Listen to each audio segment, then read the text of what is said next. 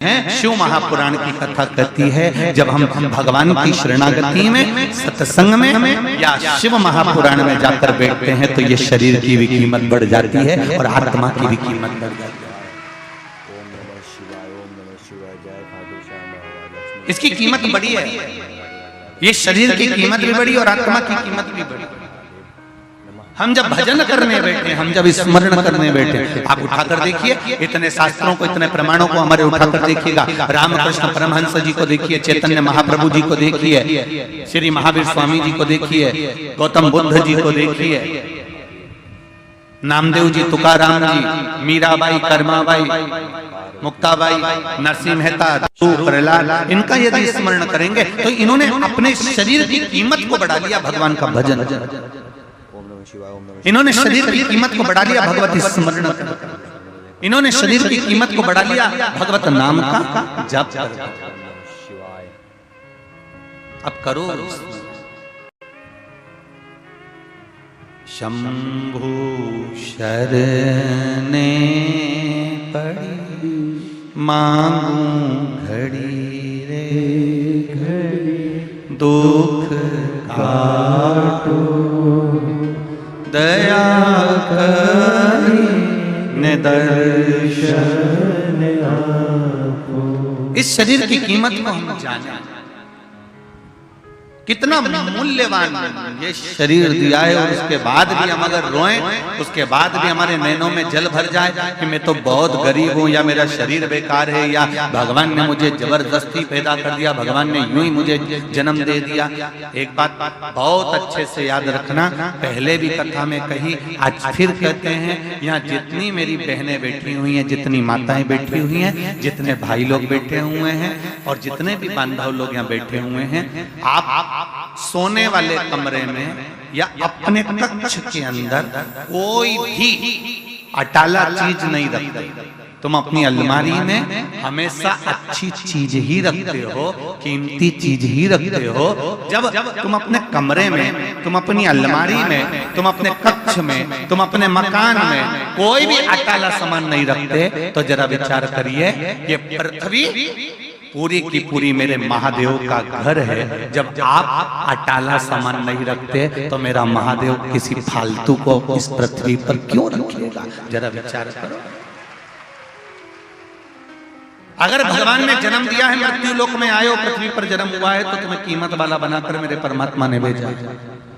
ऐसा कोई मनुष्य, ऐसा कोई मानव, ऐसा कोई पृथ्वी मनुष्य जन्म नहीं लेता जिसको भगवान कीमत वाला बनाकर नहीं पैदा करता। बस आपको निखरने की जरूरत है। दुनिया की ठोकरें खाकर अपना कर्म करते करते और कर्म को प्रधान मानकर जो आगे बढ़ता चले जाता है, मेहनत करता चले जाता है, वो एक दिन आगे बढ़कर उन्नति की सीढ़ी पर चढ़ ही जाता है। पहले कर्म को प्रधान मानना।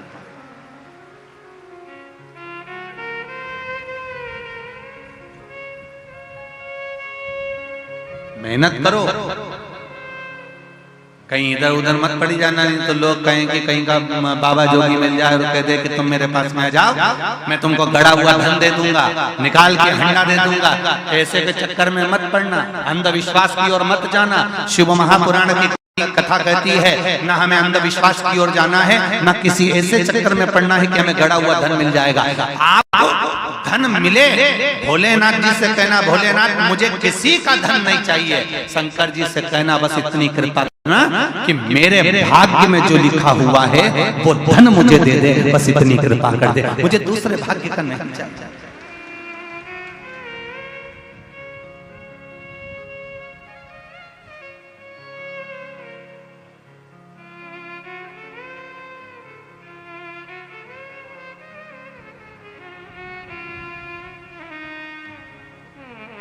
शिव भक्ति का एक रसतत्व, शिव भक्ति का एक आनंद। अभी कल की बात है, हमारे बसंत जी अग्रवाल जी कर रहे थे, गुरु जी 1 2 3 4 डूम लगवाए हैं, लगभग 4-5 लाख स्क्वायर फीट जगह में ये सारी व्यवस्था करी गई है। और लगभग इन चारों डूमों में मिला के ऐसा टेंट वाले और प्रशासन आदि का था कि लगभग 3 लाख पब्लिक इसमें बैठ सकती है। तो शिव महापुराण की कथा में गुरुजी पहले दिन हो सकता है कि अपना एक डूम ये वाला भरा जाएगा, ये वाला भरा जाएगा। तो हमने बसंत जी से बोला चिंता मत करो, ये रायपुर है और चंपेश्वर महादेव है, पहले दिन ही बाउंड्री के पार गेंद है। ये शिव है, ये कोई सहज नहीं है मेरा भोलेनाथ, मेरा त्रिकालदर्शी, मेरा कैलाश। उसकी करुणा बड़ी। और फिर निवेदन करूंगा जितनी भी माताएं, जितने भी भाई बहन, जितने भी बांधव इस पूर्ण आनंद में शिव महापुराण की कथा को 5 दिन श्रवण करने पधारे, उनसे एक ही निवेदन है, इस कथा को केवल यहाँ से सुना, यहाँ से निकाल दिया, बच्चा कुचा था कपड़े में से झटकार दिया, घर पहुंचे और लोगों ने पूछा कि कथा में गई थी तो क्या लेके आई, तो कह दे कि मैंने सुनी तो बहुत सारी थी पर याद बिल्कुल नहीं थी। तो निवेदन है ऐसी कथा मत सुनना कि यहाँ से सुनी, यहाँ से निकल गई, बच्ची कुची झटकार दी। कथा ऐसी सुनकर जाना कि एक साइड से पल्लू रख लेना, एक साइड से अंदर तो जाए पर इधर से निकले निकलना नहीं चाहिए, पूरी अंदर बैठती चली जाए, भरती चली जाए। ये 2 प्याले भगवान ने दिए हैं इनको पीने के लिए, इसको तत्व को ग्रहण करिए, जीवन का आनंद, ये सुख। जितने बसंत जी अग्रवाल किस्मत वाले हैं ना, और उनको ये शिव पुराण मिली है, उससे दोगुने किस्मत वाले तुम सब हो रहे जितने बैठे हो कथा है। कहीं पुण्य की, हमारे यहाँ छोटा बच्चा जब गुल्लक भरता फोड़ता है तो गिफ्ट लेकर आता है, ये पुण्य की गुल्लक जब फूटी है ना, तब जाकर रायपुर की इस गुड़ियारी हनुमान जी के मंदिर के प्रांगण में शिव महापुराण की कथा हुई। जब पुण्य की गुल्लक फूटी है, कुछ अच्छा मिला है शिव कृपा से। महाराज शिव कथा कर रही है, भगवान शंकर का चरित्र कर रहा है, भगवान शिव की पावन कथा कर रही है कि शिव महापुराण वर्णन करती है कि जिस कथा को हम श्रवण करने के लिए बैठे हैं, शिव महापुराण कोई छोटा मोटा प्रसंग नहीं है। 24,000 श्लोक 12 खंड में वेदव्यास जी महाराज ने इसको बांट दिया है, और 12 खंड में बांटने के बाद वेदव्यास जी कहते हैं इन 24,000 श्लोक में से एक श्लोक, एक शब्द, एक अक्षर भी हमारी जिंदगी में अगर हमने उतार लिया तो जीवन की सार्थकता। एक बहुत उत्तम।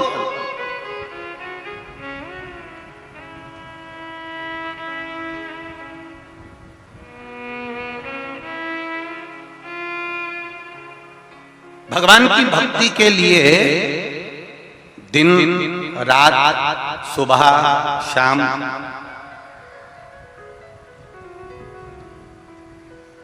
कौन सी अवस्था, कौन सा समय, कौन सी घड़ी, कौन सा पल हम भगवान का भजन करें कि भगवान हमारा हो जाए। शिव महापुराण की कथा कहती है, मेरे बाबा को महाकाल कहते हैं। महाकाल का मतलब होता है जिसने काल की गणना करी हो, जिसने घड़ी की गणना करी हो, जिसने समय, पल, घड़ी, नक्षत्र सब कुछ उसने बनाया। ऐसा कोई चीज नहीं जो मेरे शिव ने नहीं बनाया। घड़ी भी शिव ने बनाई, पल भी शिव ने बनाया, नक्षत्र भी शिव ने बनाया। हर पल, घड़ी, नक्षत्र जितना बनाया मेरे शंभू ने बनाया। वो सहज, सरल और आनंद की अनुभूति कराने वाला।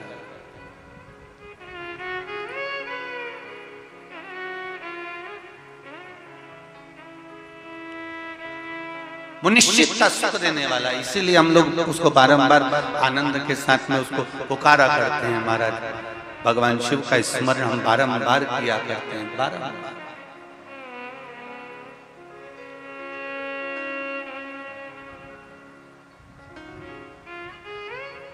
महाराज शिव कथा कर रहे हैं। एक बिंदु, चंचुला, और जिसके जीवन का आनंद एक देवराज नाम का ब्राह्मण, वो देवराज नाम का ब्राह्मण जो ब्राह्मण कुल में जन्म तो ले लिया पर ब्राह्मण कर्म से वंचित रहा। एक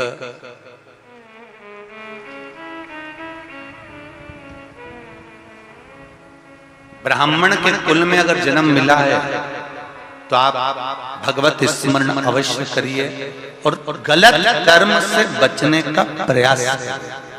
जितने लोग आस्था चैनल पर कथा सुन रहे हैं, जितने फेसबुक यूट्यूब पर कथा सुन रहे हैं और जितने लोग इस रायपुर की पावन धरा पर इस शिव महापुराण की कथा को सुन रहे हैं, उनसे एक ही निवेदन रहेगा, चाहे ब्राह्मण हो, चाहे क्षत्रिय हो, चाहे वैश्य हो, चाहे शूद्र हो, आप जिस वर्ण के अंतर्गत, ये सब तो ब्राह्मण क्षत्रिय वैश्य और शूद्र का वर्ण तो हम निश्चित करें हैं, पर परमात्मा के यहां से जब जन्म हुआ, मेरे देव अधिदेव महादेव ने जब अपना अर्धनारीश्वर स्वरूप का दर्शन ब्रह्मा जी को कराया, तो ब्रह्मदेव को दर्शन कराकर भगवान ने ये नहीं कहा कि तुम्हें ब्राह्मण बनाना है कि क्षत्रिय बनाना है कि वैश्य बनाना है कि शूद्र बनाना है। भगवान ने तो केवल अर्धनारीश्वर स्वरूप का दर्शन देकर कर दिया कि तुम्हें पुरुष और स्त्री का निर्माण, पुरुष और स्त्री का निर्माण।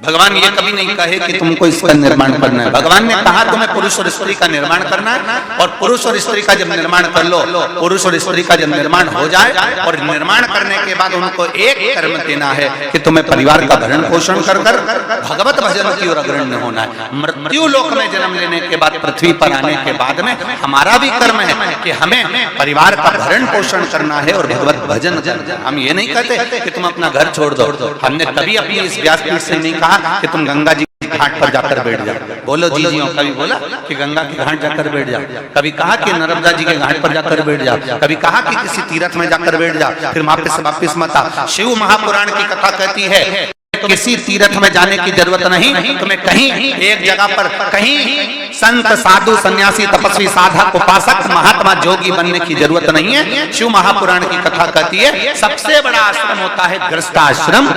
घर में रहो, परिवार में रहो, कुटुंब में रहो, और उस परिवार में रहकर अगर तुम थोड़ा सा भी भगवान का भजन कर लोगे, एक लोटा जल भी अगर शिव को चढ़ा लोगे, और निश्चित है शिव तुमको मिल जाएगा, ज्यादा कहीं जाने की जरूरत नहीं।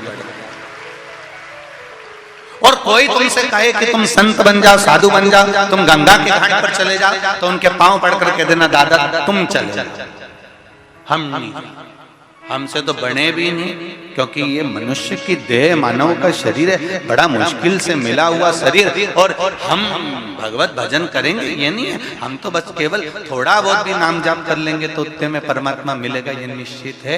बिल्कुल निश्चितता है कि थोड़े से भजन से परमात्मा प्रकट हो जाता है। कलयुग केवल नाम आधारा और सुमर सुमर कलयुग में केवल नाम की आधारशिला।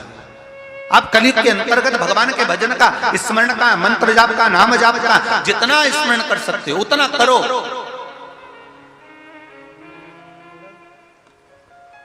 भजन करो जितना कर सकते।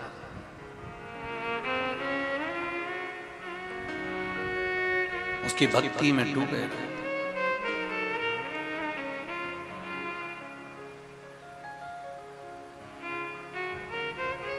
मैं तो बैठी थी गंगा किनारे, मैं तो बैठी थी गंगा किनारे,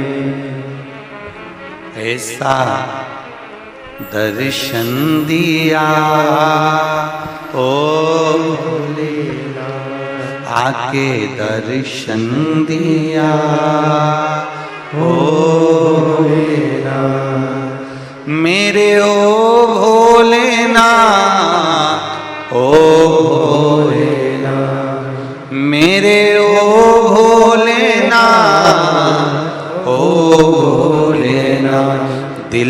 तुझको दिया ओ भोलेनाथ, दिल तुझको दिया ओ भोलेनाथ, ये क्या कर दिया ओ भोलेनाथ, ये क्या कर दिया ओ भोलेनाथ, मेरे ओ भोलेनाथ, ओ भोलेनाथ, मेरे ओ भोलेनाथ, ओ भोलेनाथ, मेरे ओ भोलेनाथ, ओ भोलेनाथ, मेरे ओ भोलेनाथ, ओ भोलेनाथ, दिल तुझको दिया ओ भोलेनाथ, दिल तुझको दिया ओ भोलेनाथ।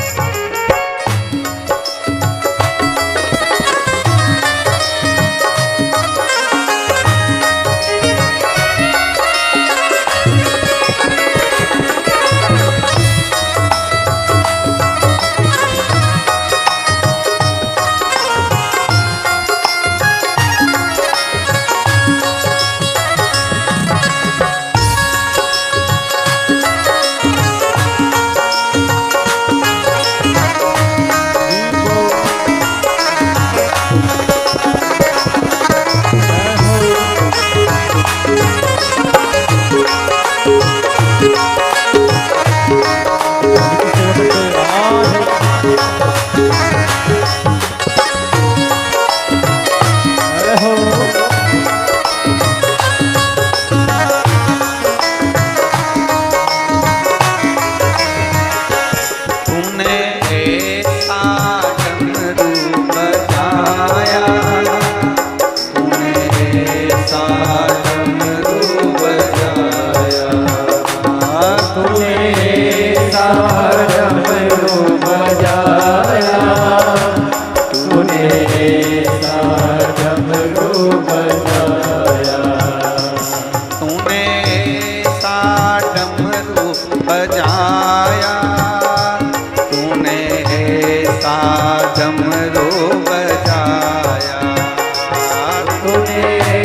ओ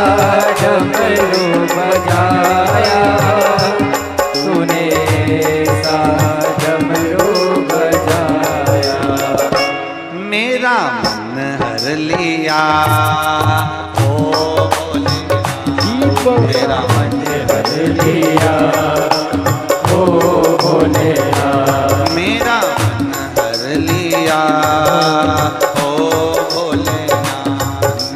मन हर लिया ओ भोलेनाथ, दिल तुझको दिया ओ भोलेनाथ, दिल तुझको दिया ओ भोलेनाथ, मेरे ओ भोलेनाथ,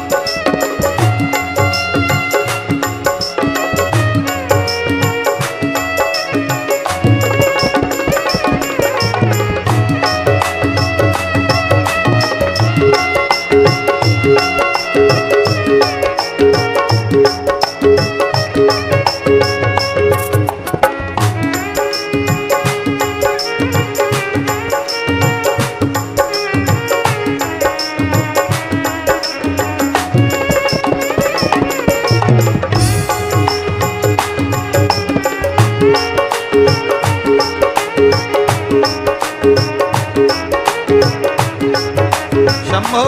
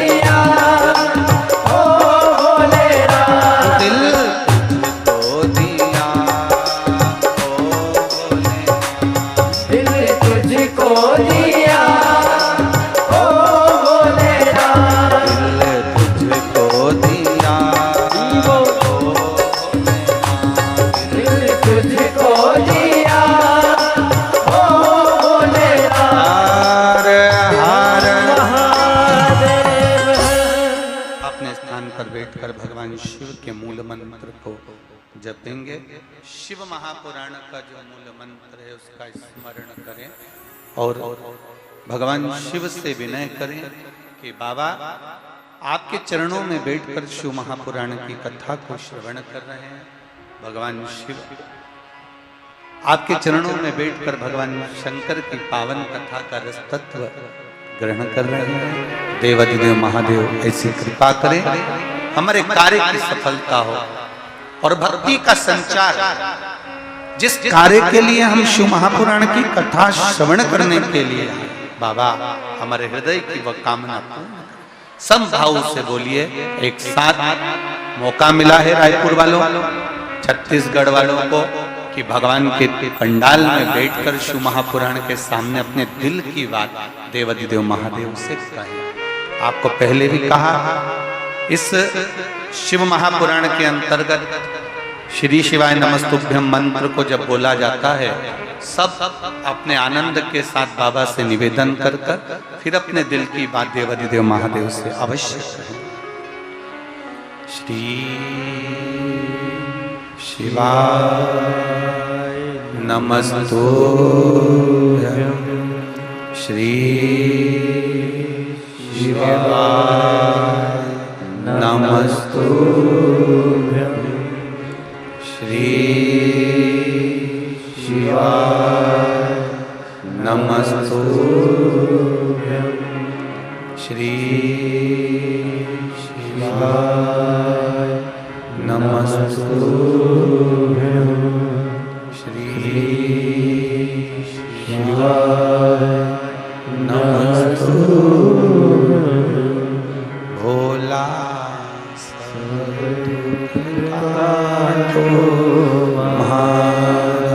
ओ भोला सब दुख काटो मारा, शिव शंकर जपो तेरी माला, भोले बाबा जपो तेरी माला, भोला सब दुख काटो मारा, भोला सब दुख काटो मारा। शिव कथा के देवराज नाम का ब्राह्मण कुल में जन्म लेने के बाद ब्राह्मण कर्म श्रेष्ठ ना कर पाए।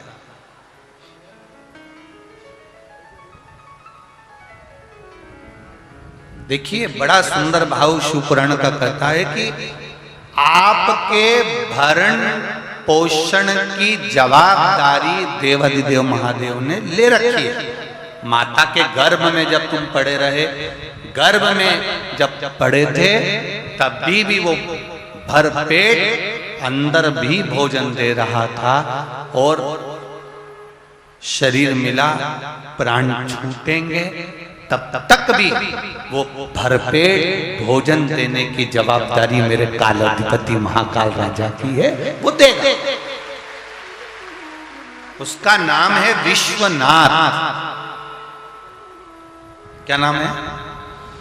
विश्वनाथ। अच्छा एक बात समझ में नहीं आती रे, छत्तीसगढ़ वाले तुम भी बताना, अगर तुम्हारे समझ में आ जाए तो बताना। इनको कहते विश्वनाथ, द्वारकानाथ, जगन्नाथ, बद्रीनाथ, केदारनाथ, सोमनाथ। अब इतना सारा नाथी नाथ है, मतलब ये निश्चित है कि जब अपन पैदा हुए थे, जब माता के गर्भ में पड़े हुए थे, तब अपन अनाथ थे, और जब अपने को ये सब नाथ मिले तब अपना जीवन सार्थक हो पाया। ये निश्चित है।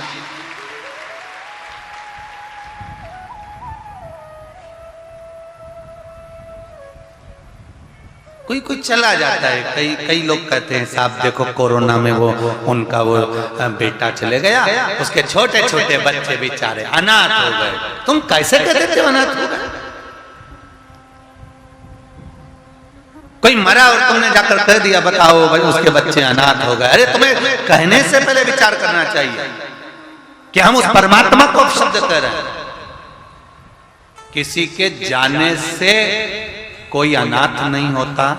शिवजी कहते हैं माता के गर्भ में जब तू था तब भी विश्वनाथ, द्वारकानाथ, सोमनाथ, केदारनाथ तेरे साथ था, और अगर कोई चला गया उसके जाने से तू अनाथ नहीं हुआ है।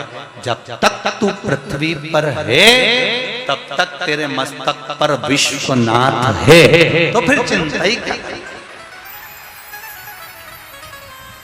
हम क्यों कहें कि वो अनाथ हो गया? हम क्यों कहें कि वो अनाथ है? उसका कोई नहीं, बेचारा अकेला, ऐसा हो गया वैसा हो गया। नहीं नहीं, वो अनाथ है ही नहीं। उसके साथ विश्वनाथ, उसके साथ द्वारकानाथ। और ये छत्तीसगढ़ की भूमि कह रही है, प्रमाण दे रही है छत्तीसगढ़ की भूमि। जिसका कोई नहीं उसका तो शंभू है यार, क्यों चिंता? ये छत्तीसगढ़ की भूमि है।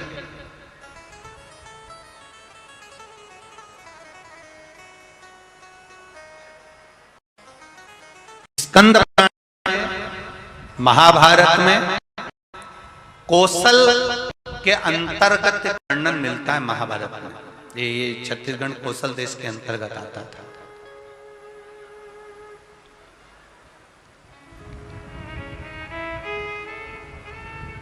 महाभारत में कौशल के अंतर्गत एक वर्णन मिलता है कि, और स्कंद पुराण में भी आता है कि भगवान शिव के जो वन है, जैसे उज्जैन का महाकाल वन, काशी में जम के बोलो नंदन वन, ऐसे शिव जी के जो वन बताए हैं, उन वनों में एक वन है जिसका नाम है चंपा वन। क्या नाम है? चंपा वन, जिसका नाम बाद में चंपा झर हुआ, और चंपा झर के बाद में उसका नाम चंपारण हुआ। ये बाद में नाम पड़ा है चंपारण। महादेव के जो 9 वनों का वर्णन किया जाता है, महादेव के जो वनों का वर्णन किया जाता है, उस महादेव के वन में छत्तीसगढ़ की पावन धरा पर रायपुर के पास में एक वन शिव जी का विद्यमान है जिसका नाम है चंपा वन, जिसको लोग चंपारण भी कहते हैं। ये शिव जी का।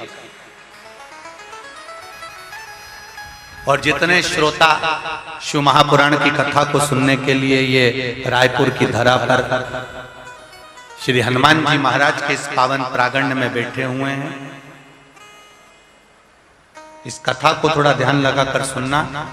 जितने लोग आस्था चैनल पर सुन रहे हैं, जितने फेसबुक यूट्यूब पर सुन रहे हैं, भगवान शंकर के जितने वन और महाभारत के कौशल के भाग में जो वर्णन किया गया वनों का, उन वनों में शिव जी के वनों में जैसे काशी को नंदन वन कहा गया है, उज्जैन को महाकाल वन कहा गया है, ऐसा एक वन शिव जी का चंपावन रायपुर के नजदीक राजिम के पास चंपा। अब कितनी महत्वता होगी उस चंपा वन की, जरा विचार करिए। काशी में नंदन वन है, इसलिए वहां पर शिवलिंग विराजमान है, उसको कोई ने बनाया नहीं, उसको किसी ने रखा नहीं, स्वयंभू है। महाकाल में महाकाल वन है, शंकर भगवान स्वयंभू है। उसी तरह रायपुर के नजदीक में चंपा वन है, उस चंपा वन में चंपेश्वर महादेव स्वयंभू है, उसको किसी ने बनाया नहीं है, स्वयं। इसलिए सब ध्यान लगाकर सुनना, ध्यान से। सबले बढ़िया, जरा जम के तो बोलो, सबले बढ़िया छत्तीसगढ़िया। इसलिए छत्तीसगढ़ वालों के धान के कटोरे में एक वन, जो इतना सुंदर वन है, जिस वन में जीव जंतु जानवर पशु पक्षी जो रहता था वो एक दूसरे को कष्ट नहीं देता था, एक दूसरे को कष्ट नहीं देता। आज भी छत्तीसगढ़ का एक आनंद है।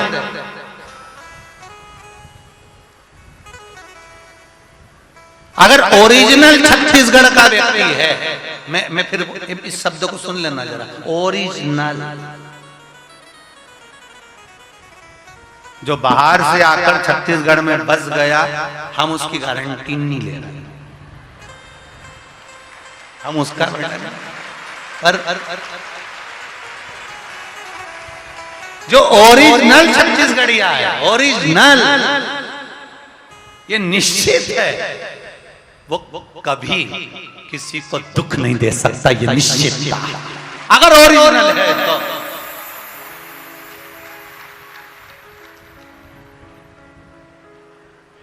अब आजकल का जमाना में तो डुप्लीकेट तो घना सारा हो गया, तुम कहीं करोगे तो डुप्लीकेट तो चलता रहता है, पर नकली नोट कितने भी ओरिजिनल नोट की गड्डी में फंसा दो, एक आध बार चल सकता है, पर बार बार नहीं चल सकता। इसलिए ओरिजिनल होता है, इसलिए ओरिजिनल छत्तीसगढ़िया पहचान जाता है कि ये ओरिजिनल है, ये दुख नहीं दे सकता, ये कष्ट नहीं दे सकता।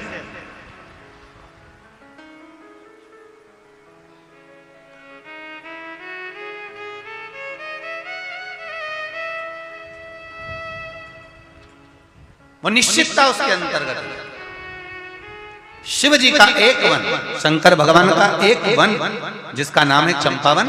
महाभारत में भी इसका वर्णन आता है कौशल के अंतर्गत। चंपावन में भगवान, जहां पर चारों तरफ वन ही वन विराजमान था, चारों तरफ वन है, बस उस चंपावन में एक बार भगवान आनंद कंद परमात्मा की ऐसी कृपा हुई, ऐसी दया हुई कि महाराज जो गोदावरी नदी के तट पर भरद्वाज गोत्र में जन्मे हुए श्री लक्ष्मण भट्ट जी जा रहे हैं।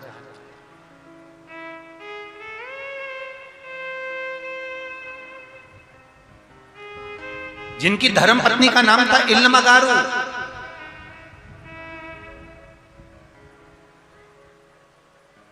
अपना पूरा परिवार गोदावरी नदी के तट पर जहां निवास कर रहे थे काकड़ में, वहां से निकलकर काशी के लिए जा रहे थे। पहले काशी जाने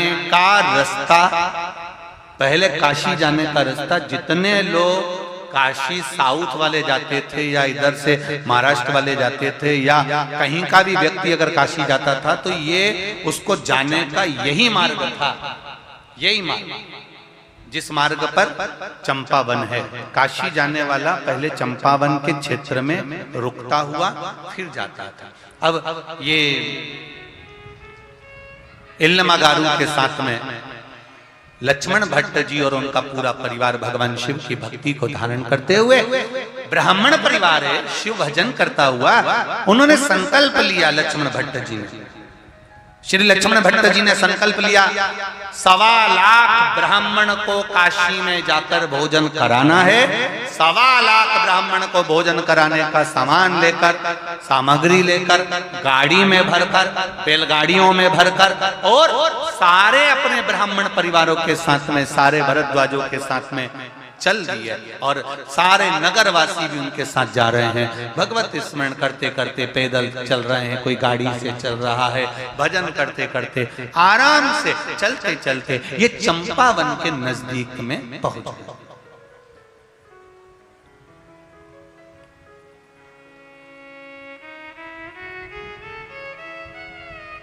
और चंपावन के नजदीक में पहुंचे, इतनी देर में चंपावन के नजदीक पहुंचते पहुंचते लक्ष्मण भट्ट जी को शाम पड़ गई और शाम होते होते सब आगे निकल गए और सब आगे निकले और इल्लमागारू और लक्ष्मण भट्ट जी ये दोनों थोड़ी देर रुक गए। इल्लमागारू ने कहा, धर्मपत्नी बोली, स्वामी हाँ बोलो, क्या बात है? मैं गर्भस्थ हूं और मुझे ऐसा लग रहा है कि मुझे अब प्रसव पीड़ा हो गई है और इस प्रसव पीड़ा के कारणवश मैं तकलीफ पा सकती हूं। लक्ष्मण भट्ट जी ने कहा, इल्लमा शिव जी का नाम लो और चलो आगे। इल्लमा कहती है कि मैं अब आगे नहीं बढ़ सकती, कोई छांव ऐसी दिखे जहां मैं बैठ जाऊं। इल्लमा इतना घना वन है, इतना घना वन है, इस वन में पशु पक्षी तक नहीं है। इतना घना वन है कि तुम मेरे को देखने के लिए भी, तुम्हें अगर मैं एक वृक्ष के पीछे चला जाऊं तो नजर नहीं आऊंगा। इतना घना वन है इल्लमा।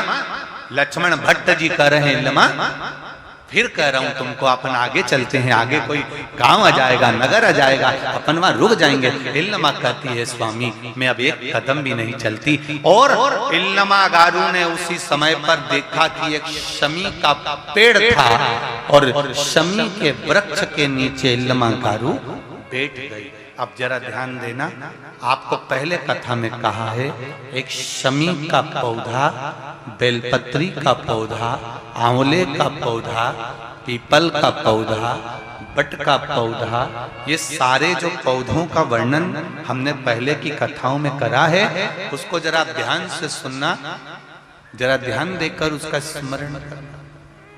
हमने पहले भी कहा इस चीज की कि बेलपत्री के पेड़ के नीचे या शमी के पेड़ के नीचे साधारणता नहीं है।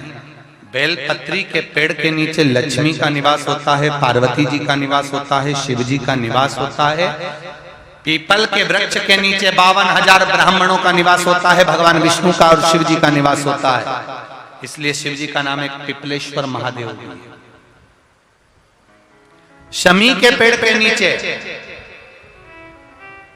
भगवान शिव अपने अड़भंग स्वरूप में विराजमान है। अड़भंग स्वरूप कैसा?